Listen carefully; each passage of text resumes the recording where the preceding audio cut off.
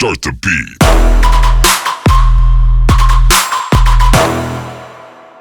안녕하세요. 돈 버는 세상 돈세요입니다.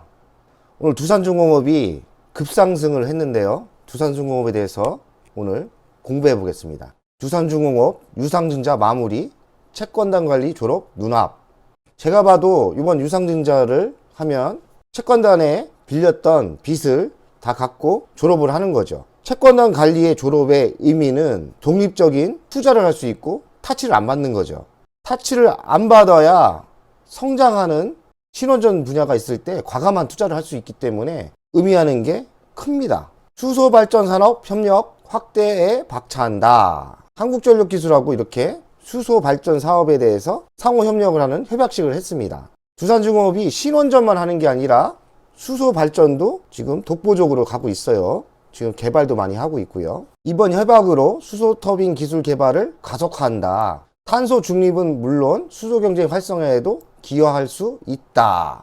두산중공업은 수소 발전을 위해서 수소터빈 개발을 세계 최초로 했습니다. 그렇기 때문에 앞으로 수소 발전이 발전한다면 두산중공업이 많은 성과가 나올 거라고 저는 예상을 합니다. 대규모 실적 개선 이룬 두산중공업 신용 등급도 상향 전망이다. 이렇게 좋은 뉴스가 계속 나오고 있네요. 투자사 뉴스케일 파워 폴란드 SMR 시장 본격 진출. 두산중공업이 뉴스케일 파워에 지분 투자를 했습니다. 그렇기 때문에 폴란드 SMR 시장에 본격 진출을 하면 두산중공업은 신원저 쪽 SMR에 기자재를 납품하고 시공을 할 가능성이 매우 높아졌습니다. 서로 윈윈하는 거죠. 사우디와 1조 규모 주조 단조 공장 건설 계약 체결. 두산중공업의 매출을 보면 공사 한 건만 터져도 1조가 넘습니다. 신원전도 몇 조가 넘고요. 그래서 두산중공업의 수주를 보면 터졌다 하면 좁니다. 매우 산업 분야가 큰 분야죠.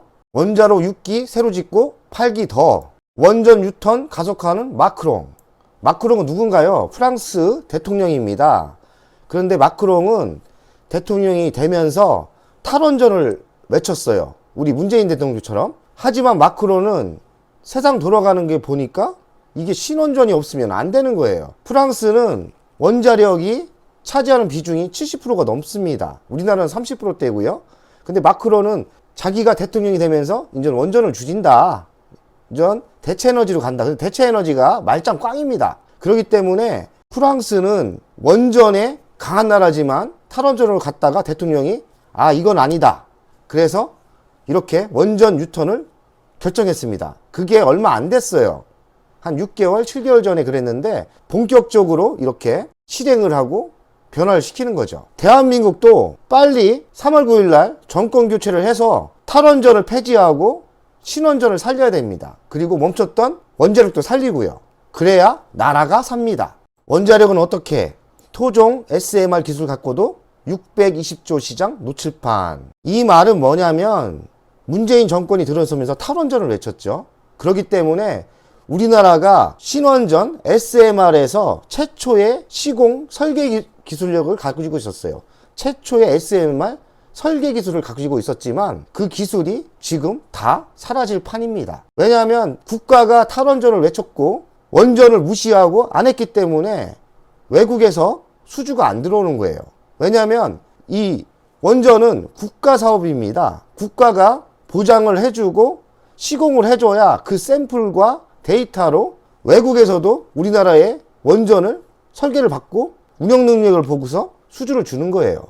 그렇기 때문에 국가가 정책을 탈원전을 하면 생태계가 완전 무너집니다. 문재인 정권 5년 탈원전 처절하게 했죠. 끝까지 똥꼬집을 치고 탈원전을 했습니다. 지금도 탈원전 하고 있어요. 북한 좋아해요. 하지만 탈원전은 아주 잘못된 거고 우리나라의 먹거리를 초전박살을 냈습니다. 하지만 아직도 기회는 있습니다. 다시 정권 교체가 되고 SM 기술이 됐을 때는 우리나라가 다시 좀 늦었지만 압도적인 기술력이 있기 때문에 다시 치고 올라갈 겁니다. 거기에 1등 회사는 두산중공업입니다. 소형 모듈 원자로 SMR이라고 하죠. 향후 10년간 세계 원전 시장 규모 600조에서 900조 예상된다. 여기를 깊게 공부를 해보면 탄소 중립이 대세입니다. 탄소 중립을 안 했을 때는 기업이 퇴출되거나 살아남지 못해요. 그런데 탄소 중립으로 가는 중요한 에너지는 대체 에너지, 풍력과 바람이 아닙니다. 태양열도 아니고요. 중추적인 역할을 실제적으로 할 에너지는 신원전입니다. 원자력 말고는 답이 없어요. 이 시장이 앞으로 10년 동안 600조, 900조. 제가 보기에는 우리나라가 정신 차리면 이 시장을 30% 정도 차지를 할 수 있을 거예요. 거기에 대표적인 기업은 두산중공업이죠. 원자력, 이산화탄소상 배출량을 보겠습니다. 원자력이 있고 태양력이 있고 태양광이 있고 대체 에너지죠. 태양광, LNG, 석유, 석탄 이렇게 있죠. 태양광은 대체 에너지입니다. 그러나 특이한 게 있습니다. 원자력은 대체 에너지가 아니지만 이산화탄소 배출량이 10밖에 안 됩니다. 이렇게 10밖에 안 돼요. 우리가 알고 있는 태양광이 의외로 5배가 많습니다. 54%. LNG가 549. LNG도 쓸만한 에너지죠. 하지만 석유부터 782, 석탄은 992. 이 에너지 발전소는 퇴출되어야 하는 에너지입니다. 그 다음은 LNG겠죠. 그러면 정답은 뭔가요? 원자력을 살려야 되는 거죠. 데이터를 보고 앞으로의 미래 에너지가 무엇인지 우리는 알아야 됩니다. 지금 보이는 이미지는 미국의 뉴스케일 파워 설계도입니다. SMR이죠. 이미지에 보이는 것처럼 일체형입니다. 이렇게 일체형을 만들고 소형을 만든 이유는 사고가 닥쳐도 핵융료가 녹아내리는 등 추가 피해가 발생하지 않도록 규모를 줄였고 냉각수를 일체형으로 만들었기 때문에 어떤 해일과 태풍이 불고 자연재해가 있어도 폭파 위험이나 방사능 배출이 없는 겁니다.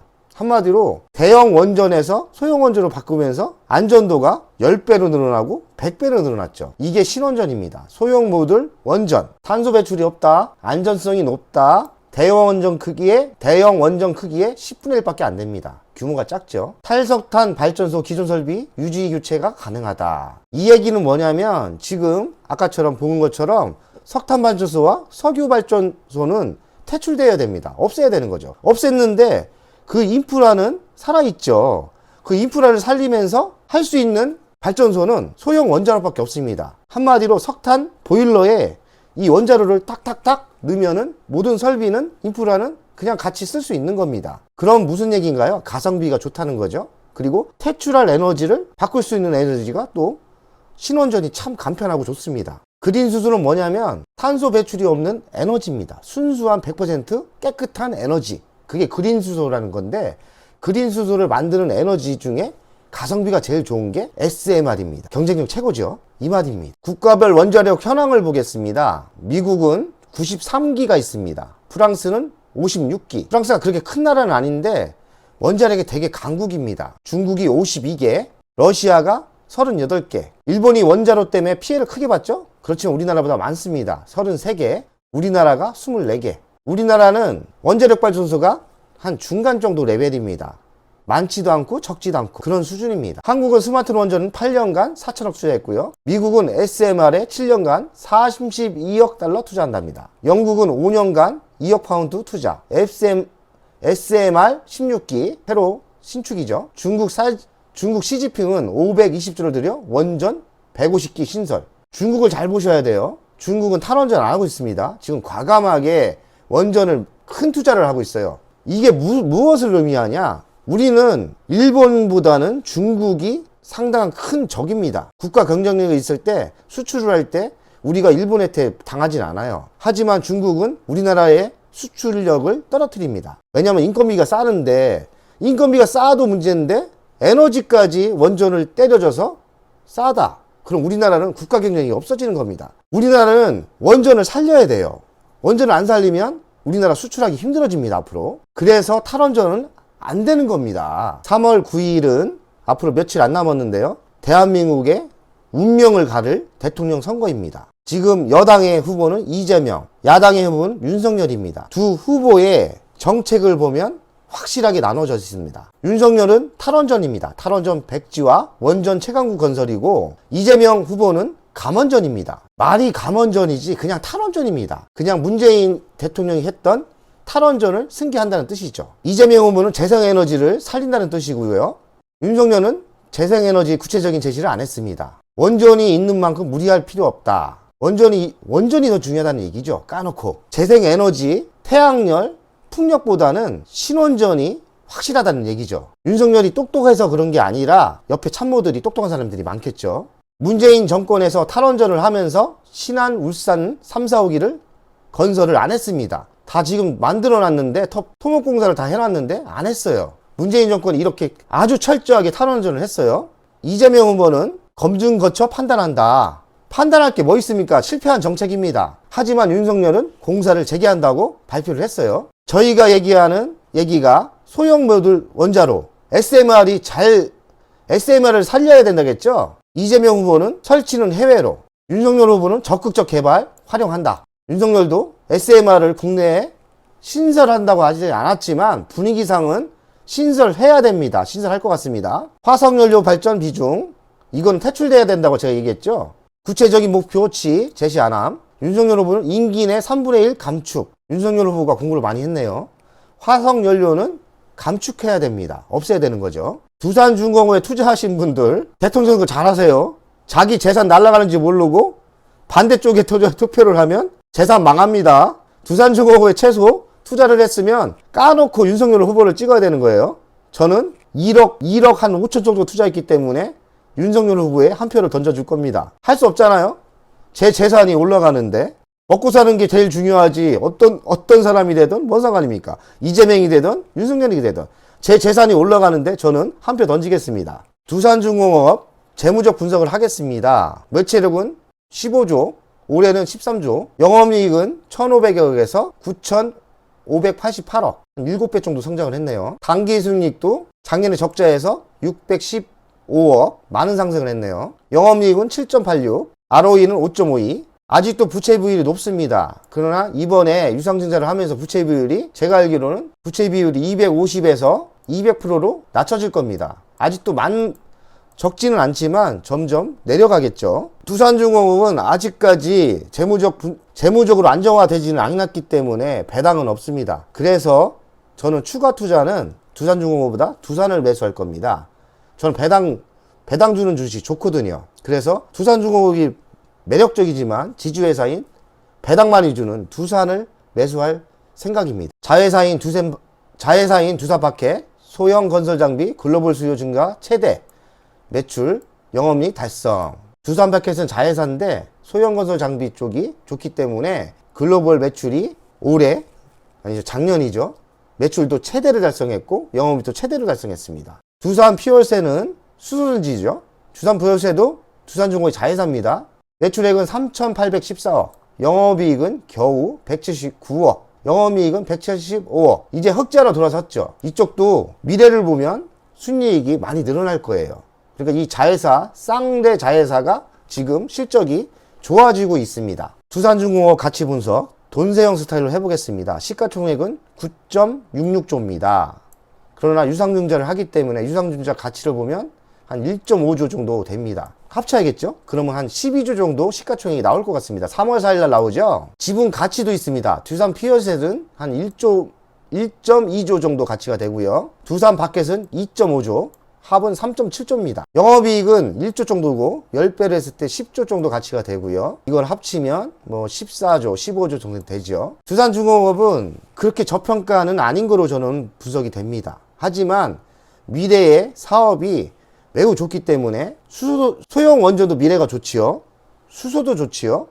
폐 배터리 사업도 하고 있습니다. 그렇기 때문에 제가 보기에는 지금 가치에서 100% 정도, 지금 가치에서 100% 정도 상승 여력이 있지 않나 이렇게 생각을 합니다. 두산중공업의 투자 매력을 보겠습니다. 미국 뉴스케일 파워에 투자를 했죠. 두산중공업은 동반 지출하는 겁니다. 왜냐하면 기자재와 시공을 도맡아 할 가능성이 많고요. SMR 소형 모듈 원전은 전 세계 탄소 중립 정책의 최고의 에너지가 될 겁니다. SMR의 최초의 설계를 가지고 있는 회사가 두산중공업입니다. 한마디로 시공과 설계 능력이 있는 거죠. 뉴스케일 파워에 투자를 했어요.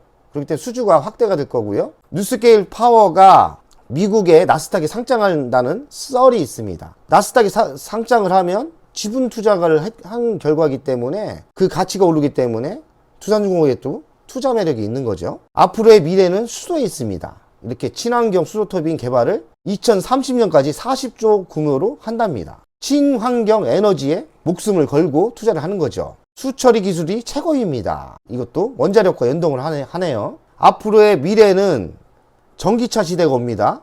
수소 전기차도 올 거고요. 그런데 배터리가 다 필요해요. 근데 폐배터리를 재생할 수 있는 그런 기술이 필요하고 그런 사업이 생길 겁니다. 근데 두산중공업이 폐배터리 재생 기술을 가지고 있습니다. 이쪽으로 사업을 진출하려고 하고요. 그리고 앞으로의 미래는 수소입니다. 자회사인 수소 성장성이 매우 좋아 보이죠. 두산중공업의 주간 차트를 분석하겠습니다. 유상증자를 하면서 이렇게 61선까지 무너뜨리고 21선도 무너뜨렸습니다. 제가 보기에는 1번, 2번 매수를 하시면 이제 모든 악재가 사라졌기 때문에 이렇게 3만원까지는 상승을 할 것 같아요. 실제로는 이렇게 막 가지 않고 오르고 내리고 오르고 내리고 오르고 내리고 이렇게 하겠죠. 3월 9일 날 정권 교체가 있으면 제 생각엔 정책이 중요한 사업이기 때문에 윤석열 후보가 된다면 3월 9일 이후에 급등할 가능성도 있어요. 저는 급등한다고 생각을 합니다.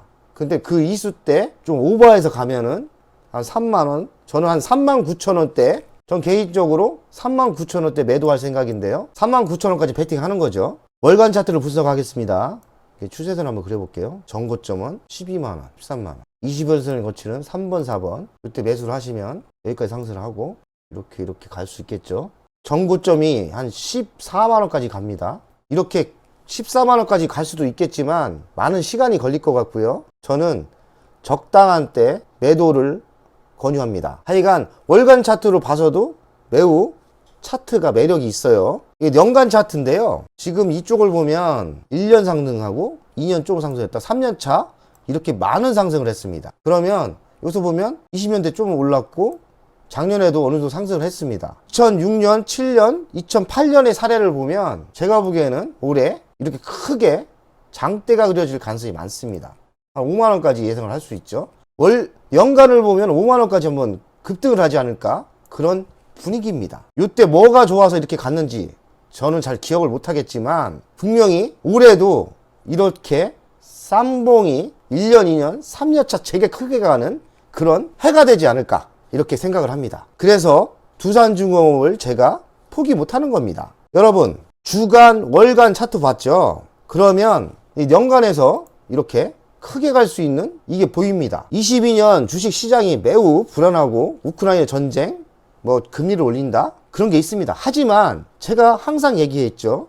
주식은 확률의 게임이지만 그래도 가는 놈은 간다. 정권 교체가 된다면 두산중공업은 이렇게 연간 양봉이 아주 큰 양봉이 그려질 거라고 예상을 합니다. 그러니까 자신감을 가지시고 쫄지 마시고 크게 한번 치고 나오세요. 그리고 나서 현금이 생기면 돈세형과 다시 좋은 종목을 찾으면 됩니다. 자, 오늘의 공부는 여기까지 하겠습니다. 두산중공업의 미래는 매우 밝고 올해 생각보다 크게 갈 수 있다.